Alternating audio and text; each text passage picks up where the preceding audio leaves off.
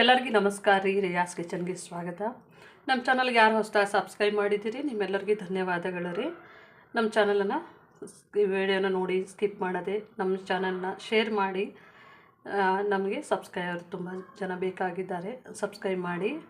ಇವತ್ತು ನೋಡಿರಿ, ನಾನಿಲ್ಲಿ ಒಂದು ಕಪ್ನಷ್ಟು ಸಣ್ಣ ಕಪ್ನಲ್ಲಿ 1 ಕಪ್ನಷ್ಟು ಹೆಸರು ಬೇಳೆಯನ್ನು ನೆನೆಸಿದ್ದೀನಿ. ಇದು ಒಂದು ಇನ್ಸ್ಟೆಂಟ್ ಆದಂತಹ ದೋಸೆ ಮಾಡ್ತಾಯಿದ್ದೀನಿ. ಅಂದರೆ ತುಂಬ ಬೆಳಗ್ಗೆ ಬೇಗ ಆಗುವಂಥದ್ದು. 2 ಅವರ್ಸು ಹೆಸರುಬೇಳೆ ನೆನೆಸಿದ್ರೆ ಸಾಕು.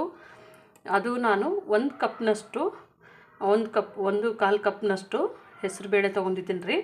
ಅದೇ ಈ ಕಪ್ನಲ್ಲೇ ನೋಡಿರಿ, 1 ಕಾಲು ಅಷ್ಟು ತೊಗೊಂಡಿನಿ. ಇಷ್ಟು ಒಂದು ಮುಕ್ಕಾಲು ಕಪ್ನಷ್ಟು ಅಕ್ಕಿ ಹಿಟ್ಟನ್ನು ತೊಗೊಂಡಿದ್ದೀನಿ. ಇದು ಮತ್ತು 3 ಹಸಿಮೆಣ್ಸಿನ್ಕಾಯಿ, 1/4 ಚಮಚ ಜೀರಿಗೆ, ಒಂದು ಸ್ವಲ್ಪ ಶುಂಠಿ. ನಾವು ಇದನ್ನು ಇವಾಗ ಮಿಕ್ಸಿಗೆ ಹಾಕೋಬೇಕಾಗತ್ತೆ ರೀ. ತುಂಬ ಒಳ್ಳೆಯ ಒಂದು ಟೇಸ್ಟ್ ಆದಂಥ ದೋಸೆ, ಸೇಮ್ ಮಸಾಲೆ ದೋಸೆ ಯಾವ ಥರ ಬರುತ್ತೆ ನೋಡಿರಿ, ಅದೇ ಥರನೇ ಬರುತ್ತೆ ಇದು.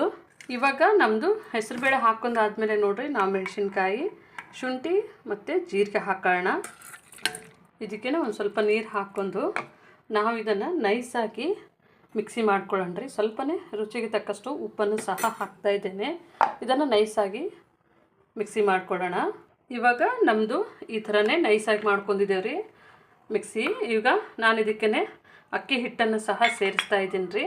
ಮತ್ತು ಒಂದು ಸ್ವಲ್ಪ ನೀರನ್ನು ಸೇರಿಸಿ ನಾವು ದೋಸೆ ಹಿಟ್ಟು ಯಾವ ಹದಕ್ಕೆ ಮಾಡ್ಕೊತೀವಿ ನೋಡಿರಿ, ಅದೇ ಹದಕ್ಕೆ ನಾವು ರುಬ್ಕೊಳ್ಳೋಣ. ಇವಾಗ ನಮ್ಮದು ದೋಸೆ ಹಿಟ್ಟಿನ ಹದಕ್ಕೆ ನಾವು ಇದನ್ನು ಮಾಡ್ಕೊಂಡಿದ್ದೇವೆ ರೀ. ಒಂದು ತಪ್ಪಲೆಗೆ ಹಾಕೋಣ.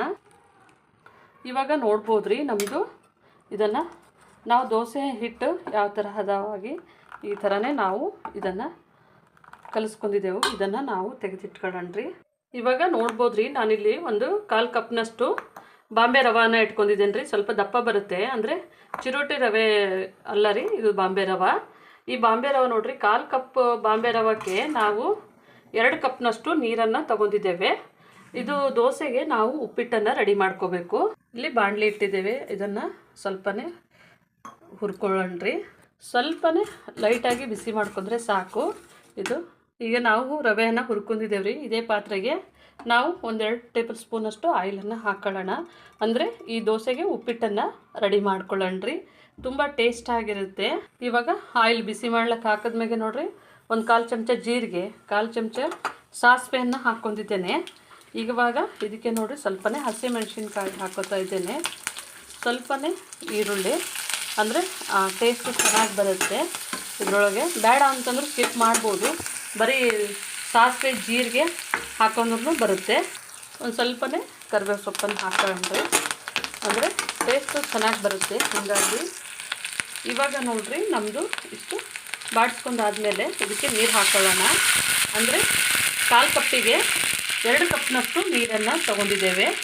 ಇವಾಗ ಇದಕ್ಕೆ ಒಂಚೂರು ರುಚಿಗೆ ತಕ್ಕಷ್ಟು ಉಪ್ಪು ಹಾಕೋಣ್ರಿ. ಇವಾಗ ಕುದಿ ಬರ್ತಾ ಇದೆ ರೀ, ನಮ್ಮದು ರವೆಯನ್ನು ಹಾಕೋಣ. ಸ್ವಲ್ಪನೇ ಸ್ಲೋ ಫ್ಲೇಮ್ನಲ್ಲಿಟ್ಟು ಇದು ಸ್ವಲ್ಪ ಗಟ್ಟಿ ಆಗುತ್ತೆ ರೀ, ಅಂದರೆ ತುಂಬ ಗಟ್ಟಿ ಆಗೋದಿಲ್ಲ.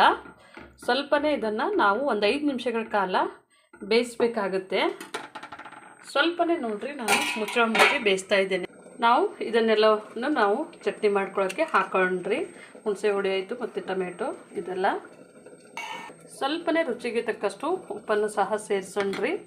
ಇದಕ್ಕೆ ನೋಡಿರಿ, ಸ್ವಲ್ಪನೇ ನೀರನ್ನು ಸೇರಿಸೋಣ ಮತ್ತು 4 ಬೆಳ್ಳುಳ್ಳಿ ಹೆಸಳನ್ನು ಸೇರಿಸೋಣ. ಇದನ್ನು ಮಿಕ್ಸಿಗೆ ಹಾಕೋಣ. ಇವಾಗ ನೋಡೋಣ್ರಿ, ನಮ್ಮದು ಚಟ್ನಿ ರೆಡಿ ಆಗಿದೆ. ಇವಾಗ ನಮ್ಮದು ಉಪ್ಪಿಟ್ಟನ್ನು ತೆಗೆದು ನೋಡೋಣ್ರಿ. ಇದು ಸ್ವಲ್ಪ ಆರಿದ್ಮೇಲೆ ಗಟ್ಟಿ ಆಗುತ್ತೆ. ಇದು ಇಷ್ಟೇ ನೀರು ಥರನೇ ಇರಬೇಕು ಉಪ್ಪಿಟ್ಟು. ಅಂದರೆ ಇದು ನಾವು ದೋಸೆ ಮೇಲೆ ಈ ಆಲೂಗಡ್ಡೆ ಪಲ್ಯ ಯಾವ ಥರ ಹಾಕ್ತೀವಿ ನೋಡಿರಿ, ಅದೇ ಥರನೇ ಇದು.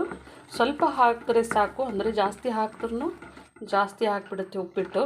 ಅದಕ್ಕೆ ನೋಡಿಬಿಟ್ಟೆ ನಾನು ಸ್ವಲ್ಪನೇ ಹಾಕೀನಿ. ಇವಾಗ ನಮ್ಮದು ಉಪ್ಪಿಟ್ಟು ಆಗಿದೆ, ಆಫ್ ಮಾಡ್ಕೋತಾ ಇದ್ದೇನೆ.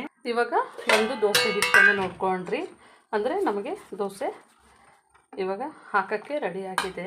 ಇಲ್ಲ ನಾನು ತವ ಇಟ್ಕೊಂಡಿದ್ದೀನಿ, ಹಳೆ ತವನೇ ತೊಗೊಂಡಿದ್ದೀನಿ ರೀ. ನೀವು ಬೇಕಿದ್ರೆ ನಾಸ್ಟಿಕ್ ತವಾದ ಮೇಲೆ ಅದನ್ನು ಹಾಕ್ಕೋಬೋದು. ಇವಾಗ ದೋಸೆಯನ್ನು ಹಾಕೊಳ್ಳೋಣ. ತುಂಬ ಗರಿಗರಿಯಾಗಿ ಬರುತ್ತೆ ರೀ, ಒಳ್ಳೆ ಟೇಸ್ಟ್ ಇರುತ್ತೆ. ಒಂದು ಸತಿ ಮನೆಯಲ್ಲಿ ಟ್ರೈ ಮಾಡಿ ನೋಡಿ. ಸ್ವಲ್ಪ ನಿಧಾನಕವಾಗಿ ಈ ಥರನೇ ಸ್ಪ್ರೆಡ್ ಮಾಡಿದ್ರೆ ಸಾಕ್ರಿ, ತುಂಬ ಚೆನ್ನಾಗಿ ಬರುತ್ತೆ ದೋಸೆ. ನೋಡ್ಬೋದು, ಬೇಗ ಆಗುವಂಥದ್ದು ರೀ. ರಾತ್ರಿ ನೀವು ಹೆಸರು ಬೇಳೆ ಅದು ನೆನೆಸಿಟ್ರೆ ಬೆಳಗ್ಗೆಗೆ ತುಂಬ ಬೇಗನೆ ಆಗುತ್ತೆ. ನಾನಿಲ್ಲಿ ಒಂದು ಸ್ವಲ್ಪನೇ ಇದು ಆರಿದ್ಮೇಲೆ ಸ್ವಲ್ಪನೇ ತುಪ್ಪ ನೋಡಿರಿ, ಇದು ತುಪ್ಪ ಹಾಕಿದ್ರೆ ಟೇಸ್ಟ್ ಚೆನ್ನಾಗಿರುತ್ತೆ. ಯಾರು ಹಾಕೋರು ತುಪ್ಪ ಹಾಕ್ಬೋದು, ಹಾಕ್ಲಾರ್ದವರು ಬಟರ್ನ ಹಾಕ್ಬೋದು. ದೋಸೆ ಹಾಕಿ ಬಿಡಬೇಕ್ರಿ, ಒಂದು ಸ್ವಲ್ಪನೇ ಸ್ಲೋ ಫ್ಲೇಮ್ನಲ್ಲೇ ಇಟ್ಟರೆ ನಮಗೆ ಗರಿ ಗರಿಯಾಗಿ ಈ ಕಡೆ ಎಲ್ಲ ನಮ್ಮದು ಕಲರ್ ಚೇಂಜ್ ಆಗ್ತಾ ಇದೆ ನೋಡ್ಬೋದು. ಇವಾಗ ನಮ್ಮ ದೋಸೆ ಗೋಲ್ಡನ್ ಬ್ರೌನ್ ಆದಕ್ಕೆ ನೋಡಿರಿ. ಈ ಒಂದು ಚಟ್ನಿ ಪುಡಿ ನಾನು ರೆಸಿಪಿ ಹಾಕಿದ್ದೆ, ಅಂದರೆ ಉಪ್ಪಿಟ್ಟಿಗೆ, ದೋಸೆ, ಅನ್ನಕ್ಕೆ, ರೊಟ್ಟಿಗೆ, ಚಪಾತಿಗೆ ಎಲ್ಲದಕ್ಕೂ ಆಗುತ್ತೆ ಅಂತ ಹೇಳಿ ಈ ಪುಡಿಯನ್ನು ನಾನು ಇದ್ರ ಮೇಲೆ ಈ ಥರನೇ ಉದುರಿಸ್ತಾ ಇದ್ದೀನಿ ರೀ. ಅಂದರೆ ನಮಗೆ ತಿನ್ನೋದಕ್ಕೆ ತುಂಬ ಚೆನ್ನಾಗಿ ಒಳ್ಳೆ ಟೇಸ್ಟ್ ಬರುತ್ತೆ. ಹಾಗಾಗಿ ಈ ಥರ ನಿಮಗೆ ಎಷ್ಟು ಪುಡಿ ಬೇಕೋ ಅಷ್ಟು ಪುಡಿ ಹಾಕ್ಕೊಳ್ಳಿ. ಅಂದರೆ ಮಕ್ಕಳೆಲ್ಲ ತುಂಬ ಇಷ್ಟಪಡ್ತಾರೆ. ಹಾಗಾಗಿ ಇದನ್ನು ಸ್ವಲ್ಪ ಈರುಳ್ಳಿ ಹಾಕೋತಿದ್ರೆ ಟೊಮೆಟೊ ಹಾಕ್ಕೋಬೋದು. ನಾನು ಚಟ್ನಿ ಮಾಡಿದ್ದೀನಿ ಅಂಥೇಳಿ ಅದಕ್ಕೆ ನಾನು ಇದು ಮಾಡಲಿಲ್ಲ. ನಿಮ್ಮದು ಇಷ್ಟ ನೋಡಿ ಹಾಕ್ಕೊಳ್ಳಿ. ಇವಾಗ ನೋಡಿರಿ, ನಾವು ಮಾಡಿಟ್ಟುವಂಥ ಉಪ್ಪಿಟ್ಟು ಸ್ವಲ್ಪ ಗಟ್ಟಿಯಾಗಿದೆ. ಅಂದರೆ ಈ ಉಪ್ಪಿಟ್ಟನ್ನು ಈ ಥರನೇ ಹಾಕಬೇಕು. ಈ ಉಪ್ಪಿಟ್ಟು ಇದೇ ಥರನೇ ಬೆಳ್ಳಗೆ ಬರಬೇಕು ರೀ, ಅಂದರೆ ಇದು ಒಂದು ಟೇಸ್ಟ್ ಚೆನ್ನಾಗಿರುತ್ತೆ. ಹಾಗಾಗಿ ಇವಾಗ ನಮ್ಮದು ರೆಡಿಯಾಗಿದೆ ನೋಡ್ಬೋದು. ಈ ಥರನೇ ನಾವು ಈ ಒಂದು ದೋಸೆ ನಮ್ಮದು ರೆಡಿಯಾಗಿದೆ ರೀ. ಇವಾಗ ನಮ್ಮದು ದೋಸೆಯನ್ನು ತೆಗೆಯೋಣ. ನೋಡ್ಬೋದು ರೀ, ನಾವು ಇನ್ನೊಂದು ದೋಸೆಯನ್ನು ಇದೇ ಥರನೇ ಹಾಕ್ತಾಯಿದ್ದೀನಿ.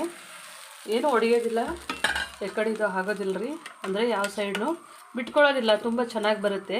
ಸ್ವಲ್ಪನೇ ನಮ್ಮದು ದೋಸೆ ಇದಾದಾಗೆ ಸ್ವಲ್ಪನೇ ತುಪ್ಪ, ಎಣ್ಣೆ ಇದ್ದದ್ದು ನೋಡಿ ಹಾಕ್ಬೋದು ರೀ. ಇವಾಗ ನೋಡ್ಬೋದು ರೀ, ನಮ್ಮ ದೋಸೆ ಕಲರ್ ಚೇಂಜ್ ಆಗಿದೆ. ಇವಾಗ ಬರೀ ಇದೆ ಒಂದು ಪುಡಿ ಹಾಕಿಬಿಟ್ಟು ಮತ್ತು ಉಪ್ಪಿಟ್ಟನ್ನು ಹಾಕಿಬಿಟ್ಟು ಮಾಡಿದ್ರೆ ನೋಡಿರಿ, ಒಳ್ಳೆ ಒಂದು ಬೆಳಗ್ಗೆಗೆ ಬ್ರೇಕ್ಫಾಸ್ಟನ್ನು ತುಂಬ ಚೆನ್ನಾಗಿರುತ್ತೆ. ಇವಾಗ ಸೇಮ್ ಇದೆ, ನಾವು ಫಸ್ಟಿಗೆ ಹಾಕಿದ್ದೆ ನೋಡಿರಿ, ಅದೇ ಥರನೇ ಉಪ್ಪಿಟ್ಟನ್ನು ಇದಕ್ಕೆ ಹಾಕೋದು. ಇವಾಗ ನಮ್ಮ ದೋಸೆ ಇದನ್ನು ಸಹ ರೆಡಿಯಾಗಿದೆ ರೀ. ನಾವು ಇದೇ ಥರನೇ ತೊಗೊಳ್ಳೋಣ. ತುಂಬ ಗರಿ ಗರಿಯಾಗಿ ಚೆನ್ನಾಗಿ ಬಂದಿರುತ್ತೆ. ಇವಾಗ ನೋಡ್ಬೋದು ರೀ, ನಮ್ಮದು ದೋಸೆ ರೆಡಿಯಾಗಿದೆ. ಇದಕ್ಕೊಂಚೂರು ಚಟ್ನಿ ಪುಡಿ ಹಾಕೀನಿ, ಬೇಕಿದ್ರೆ ನೀವು ಒಗ್ಗರಣೆ ಹಾಕೋಬೋದು.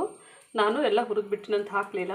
ನೋಡಿರಿ, ದೋಸೆ ಮತ್ತು ಉಪ್ಪಿಟ್ಟು ಈ ಒಂದು ಚಟ್ನಿಗೆ ತುಂಬ ಒಳ್ಳೆ ಕಾಂಬಿನೇಷನ್ ಇರುತ್ತೆ. ನೀವು ಮನೆಯಲ್ಲಿ ಒಂದು ಸತಿ ಟ್ರೈ ಮಾಡಿ ನೋಡಿ. ನಮ್ಮ ಚಾನಲ್ ಸಬ್ಸ್ಕ್ರೈಬ್ ಮಾಡಿ, ಲೈಕ್ ಮಾಡಿ, ಶೇರ್ ಮಾಡಿ. ನಮ್ಮ ವಿಡಿಯೋನ ನೋಡಿದ್ದಕ್ಕಾಗಿ ಧನ್ಯವಾದಗಳು.